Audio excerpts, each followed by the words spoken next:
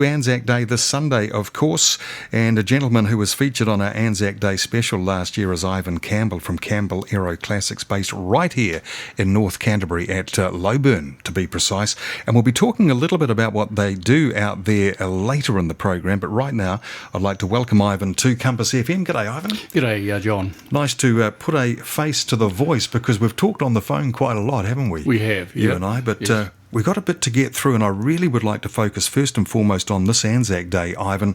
You take part in that you lead the flyovers.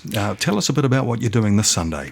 Okay, this Sunday again, we're going to be doing our flyover. We're going to be flying down to Kaipoi as our first event down there, and then we'll travel up to Amberley, and we'll try and do the Amberley flyover at a precise time of about 3 minutes to 11 to coordinate the end of their Veterans March. And then we'll come back to Rangiora, and we'll be probably landing first and then taking off and coming back here about 11:45 on the day. Now, you've got aircraft there flying in formation, and you've got to be very precise in terms of the time that you arrive at these parades. How on earth do you coordinate that?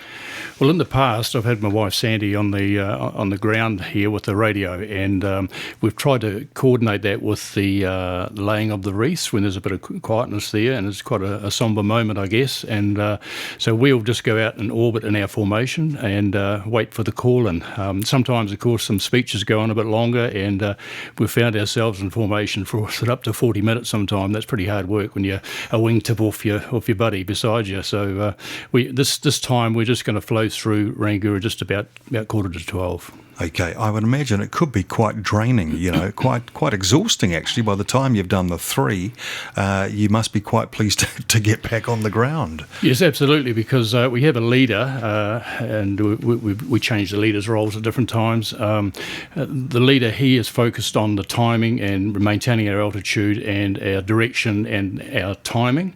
And the other guys, the wingmen, both on the port and starboard wing, all are focused on is that lead aircraft. You don't even look anywhere else. You can't afford to look away from it, because you obviously you'll close proximity to the other aircraft.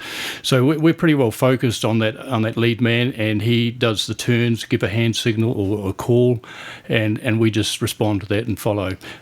We have been leading with the slower aircraft up to now, and I think we will maintain that as well, because with the more powerful aircraft we can catch on a turn. If we're on the outside, we can catch a lot quicker. So this year, my son Andrew Campbell's coming down from Auckland. He's going to lead in the Mustang, which is the lowest powered aircraft, so we can maintain station with him. And what are the other aircraft, Ivan?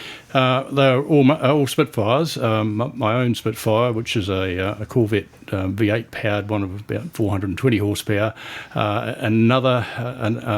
My buddy Gary Cottrell, his Spitfire's got an 8-cylinder, different type of engine, an 8-cylinder engine in that. He keeps good pace with that. And this year we're going to encourage for the first time our newest Spitfire pilot, Hayden Cowan from Muttonau.